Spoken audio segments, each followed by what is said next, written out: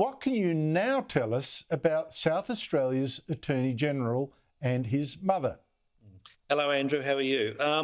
We were contacted by people who were asking us to do some research on Vivian Maher, right? So Viv Maher is she said she was an Aboriginal woman. She's passed away, sadly, but she was quite a well-respected member of the community down near Mount Gambier. She did a lot of really good work, so we're not looking at that. She's greatly admired by the community there. But we were asked to look at her Aboriginality. She is being quoted as saying that later in her career, Viv found and acknowledged her own Aboriginal heritage through a male forebear of her that was married to an Aboriginal Tasmanian woman. And Viv used to say the name of that wonderful woman has been unrecorded. So we sort of started looking. So we went through her family tree, looked at the male forebears, and we found all the women that they were married to. So there were 10 women. So we analysed them using professional genealogists. We went back through all the records, all the publicly available records, and we found these 10 women, and every one of them had ancestry going back to Germany and England only. We couldn't find any evidence of Aboriginality at all. So it just seems that Vivian may have been mistaken. She might have thought she was Aboriginal, but the genealogical records don't show any Aboriginality at all. And that's where the Aboriginal people who are contacting us, they're very confused. There's a bit of a conundrum because Viv used to call herself Aunty. She was acknowledged by the Labor Party as being an auntie. She won a NAIDOC award, I think, in 2016. So she was pretty much accepted as an Aboriginal auntie matriarch in the Mount Gambier region with Tasmanian Aboriginal woman heritage. But the records just don't show that at all. So that's what we can say at this stage. It could be an innocent mistake. We might have made an innocent mistake. I don't know. We've put it to Kyam Maher. I have sent him a letter. We've followed up with many phone calls. You sent him a letter back in January.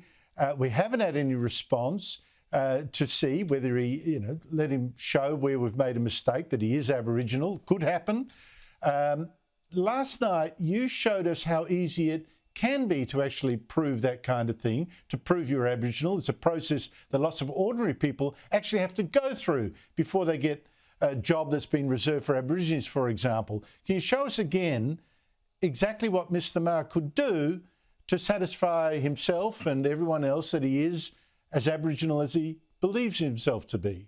It's a very easy process, Andrew, because if I thought I was Aboriginal, I would do it. It takes a bit of time. It takes up to 15 weeks. But what Aboriginal people do is, they have the story in their family, they think they're Aboriginal. All you need to do is to go to the NTS Corporation and you explain your situation, you give as much information to them as possible, and they will do your family tree for you. It's paid by the taxpayer, and it's all part of the land rights, native claims tribunals, all that sort of work. When we set up the native title legislation, we had to help Aboriginal people document who they are, right? And it's like I said last night, if I go to the post office and I want a passport, I just don't ask the Postmaster General to give me a passport. He says, look, Roger, I'll give you a passport, but where's your birth certificate? Where's your citizenship? Where's your 100 points? And that's the system all Australians accept. So once you get your family tree, then you just go to the Office of the Registrar, the Aboriginal Land Rights Act. They analyse your family tree and they give you a certificate. That's the certificate. So that's legally valid document. You can give that to any university, TAFE, and you will be accepted as Aboriginal. And Australians are very fair-minded people. They will accept this. So if you've got Aboriginality descent, you're recognised as an Aboriginal yourself, other people recognise an Aboriginal, good, you're Aboriginal. So it's really strange that many senior academics and politicians don't seem to have done this. So that's all we're saying. Aboriginal people and normal Australians are just saying, look, just do the paperwork and you'll get the Aboriginal certificate. It's not rocket science, Andrew.